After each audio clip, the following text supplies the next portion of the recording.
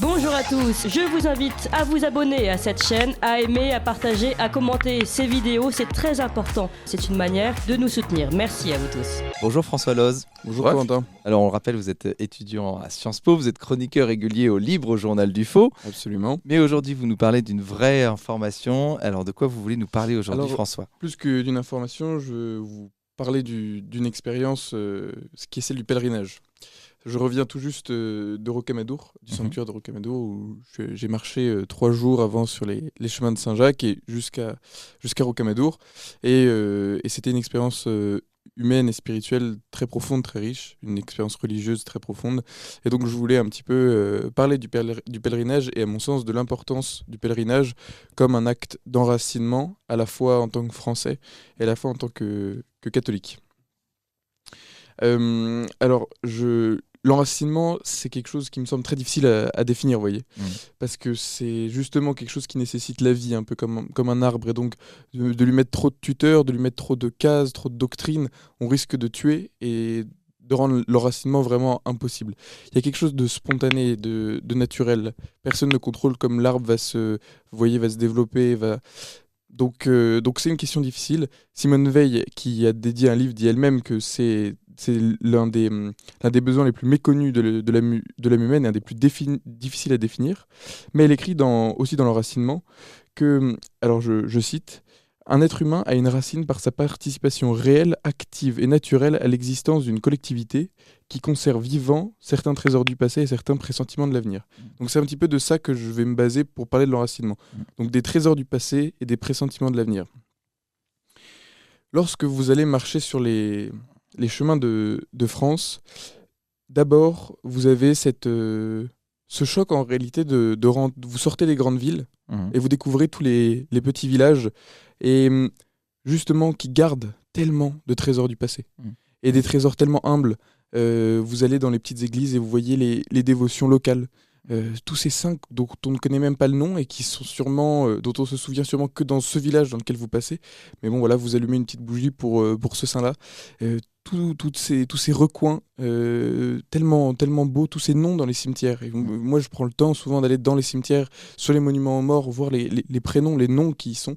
Et ça, déjà, en tant que Français, outre tout point de vue spirituel, c'est d'aller se pencher sur les trésors du passé de notre France. Et comme justement dans ces plus petits villages, ces plus petits recoins, elle a des trésors du passé, voilà, ça nous donne des pressentiments de la direction qu'il faut donner dans l'avenir et de tout le legs qu'on a quand vous voyez l'attention que nos ancêtres portaient aux moindres détails dans leur village. Il y a ça, et ensuite il y a tout simplement la beauté des paysages. Il y a cette phrase que j'aime beaucoup de Dostoïevski dans l'Idiot qui fait dire à Mychkine que la beauté sauvera le monde. C'est certainement vrai dans un sens, mais quand on marche sur les chemins de Compostelle, on voit que la beauté, en tout cas en France, est déjà là. Et que ce qui sauvera le monde, c'est quand on apprendra à nouveau à la contempler, à nouveau à la regarder, à nouveau à l'aimer. Et que justement, on voit bien aussi en marchant sur les chemins de Saint-Jacques que l'écologie ne peut être que enracinée. Et que quand vous voyez ces villages si beaux, avec toute l'attention qu'y ont mis nos ancêtres, et quand vous voyez ces paysages magnifiques, vous ne pouvez pas laisser traîner un papier. C'est pas possible. Oui, tout à fait. Donc réapprendre à contempler ce qui nous a été donné et donc aussi être gratifiant par rapport à ce qui nous a été donné et donc une nation, un paysage, des pays, une terre. C'est ça. Et à la fois ce que nos ancêtres ont fait sur la terre que nous avait donné le bon Dieu et à la fois la beauté de la création, mais qui n'est pas n'importe quelle création. C'est pas la création au sens large du terme. C'est pas la planète. C'est ça, exactement. On ne sauve pas la planète, on sauve la France, on sauve le Lot, on sauve l'Occitanie, on sauve ce qui nous est proche.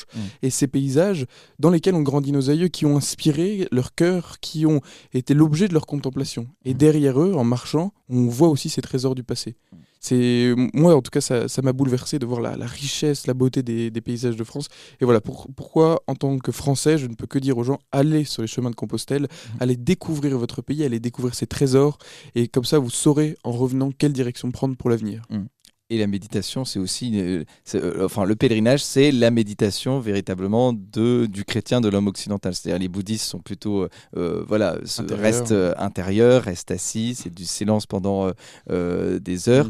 le français, notamment Louis Martin, donc le père de Sainte Thérèse, quand il y avait un problème, il partait 3 semaines en pèlerinage. Il laissait sa femme et ses enfants et il revenait. Il avait pris du recul, notamment sur la situation. Pour vous donner un exemple de l'importance du pèlerinage dans la culture plus que française mais occidentale, il y a une vieille pratique, une vieille tradition qui aujourd'hui n'existe plus, mais une vieille tradition juridique à La Haye, donc dans les Pays-Bas, qui disait, pour certains crimes, le condamné, on lui mettait les fers aux pieds. Et s'il marchait jusqu'à Rocamadour, pour récupérer la médaille que l'on distribue aux pèlerins de Rocamadour, la scorselle, il me semble, elle s'appelle la scorselle, eh bien, qu'il y marchait avec ses fers aux pieds, et qu'il revenait ensuite à La Haye, il était gracié. Et d'ailleurs, c'est pour ça qu'au sanctuaire de Rocamadour, vous voyez des chaînes qui sont celles justement de ces prisonniers qui ont laissé ça en ex-voto comme remerciement à Notre-Dame de Rocamadour de les avoir protégés pendant tout le chemin et ensuite de les avoir libérés. Et cette dimension où vous voyez le sacré se mêle à l'humain, au juridique, et que c'est un moyen d'expier ses fautes, et comme vous disiez aussi, tout simplement un moyen spirituel, voilà, le pèlerinage, c'est 1001 choses, ça a marqué profondément notre culture, notre civilisation. Tous ces chemins de Saint-Jacques qui se sont organisés depuis des siècles pour accueillir les paysans. Vous passez dans des auberges qui datent pour certaines de plusieurs siècles. Ces fermes, vous voyez que tous les gens autour des chemins se sont organisés pour laisser une petite buvette, laisser quelque chose aménager, un endroit pour les pèlerins. Et donc c'est aussi une expérience d'abord très humaine de rencontre avec des gens de votre pays, des gens qui sont des paysans. Je pense à certaines personnes qui n'ont jamais quitté le Lot de leur vie, qui ont habité toujours, qui ont la ferme de leurs parents, et dans leur grange, ils avaient mis un lit pour que les pèlerins qui avaient besoin de passer la nuit là ou de faire une sieste puissent s'installer le sommier. Et là, vous abandonnez à la providence et aussi à la charité des autres, vous dépendez des autres. Donc voilà. Et pourquoi c'est un pressentiment aussi de l'avenir, ce que vous disiez. Donc c'est des trésors du passé, puis aussi Pourquoi est-ce un pressentiment de l'avenir ? C'est un pressentiment de l'avenir parce que ça nous donne, d'une part, l'échelle.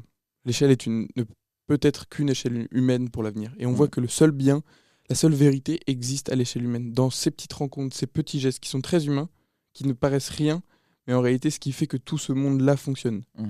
Ensuite, ça nous donne, ça remet en place notre rapport à la France, au beau et à Dieu. Au beau parce que, en réalité, vous voyez la tâche qui vous incombe, comme nos ancêtres ont eu le souci de faire du beau, et vous revenez en ville ensuite, et vous voyez les tours de la Défense, qui sont même d'ailleurs peut-être pas les pires constructions, mais vous voyez les HLM, les pistes cyclables d'Hidalgo, et vous vous dites qu'il y a vraiment quelque chose qui ne va pas. Quelque chose qu'on a manqué, et on a perdu de vue le beau et l'exigence du beau. Ça, déjà, pour moi, le beau est complètement nécessaire. Il faut reconnecter avec le beau, et c'est par là qu'on sauvera notre âme, et c'est par là que la France restera la France. La France a été la France aussi parce qu'elle était belle. Et ensuite, ça vous reconnecte à Dieu. Et là, j'y viens. Le pèlerinage est un acte éminemment chrétien et ne peut pas en être autrement. Vous avez raison de préciser que c'est vraiment quelque chose de profondément chrétien. Pourquoi ? Parce que le Dieu chrétien est un Dieu comme nul autre. C'est un Dieu qui s'est incarné. Un Dieu qui a pris chair et a pris notre corps. Pendant la célébration du Vendredi Saint, on découvre petit à petit la croix qu'on va embrasser ensuite, et en disant voici ce bois qui a porté le Fils de Dieu, et on rappelle qu'il y a eu un morceau de bois comme ceux qu'on peut toucher, comme ceux qui font nos charpentes, ceux qui font nos sommiers, ceux qui font nos tables, qui a porté le corps sanglant de Dieu fait chair. Qu'il y a des pierres sur lesquelles s'est blessé le pied du Fils de Dieu. Une poussière qui a taché ses jambes, qui a sali ses jambes. Une eau qui a coulé sur son visage. C'est complètement fou. La dignité que le Dieu chrétien, en s'incarnant, a donnée à notre corps, à notre terre. Et contrairement à ce qu'on prétend, le christianisme n'a pas du tout de problème avec le corps, justement. Non, justement, exactement. Le christianisme est la religion du corps par excellence, puisque Dieu a pris un corps. Donc on ne peut plus mépriser le corps. Et au contraire, on va vénérer des reliques.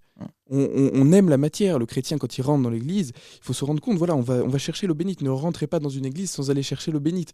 Parce que justement, ça nous rappelle que Dieu a décidé de passer par la matière. Et que le spirituel passe par la matière. Et donc, on se fait le signe de croix, on met l'eau bénite sur notre corps. Voilà, et la grâce agit par la matière. Et c'est très important, c'est pas des superstitions, c'est le cœur de l'incarnation. Et donc, c'est pour ça que le pèlerinage, l'expérience physique qu'est le pèlerinage, est aussi une expérience spirituelle, et que les deux sont liés. Et que quand votre corps endure, et ben en fait, vous frappez à chaque pas, vous faites tomber un peu la poussière, non pas celle des chemins qui s'amoncellent sur vos jambes, mais vous faites tomber la poussière et la saleté du péché qui salit votre âme. Et donc c'est une pénitence, mais au profit. Exactement. Une pénitence, c'est un acte de pénitence, on offre ses souffrances à Dieu, et l'âme suit en fait. Et ça, vous le verrez, quand vous faites un pèlerinage pour un but religieux, vous verrez que votre corps emmène votre âme et que vous la tirez par la main. Et ben la prochaine fois, on sera avec vous, on l'espère. Merci beaucoup François Loz. Merci beaucoup Corentin. Étudiant à Sciences Po et puis chroniqueur au Libre Journal du Fond. On espère vous voir bientôt dans notre émission. Merci à vous. Au revoir Quentin.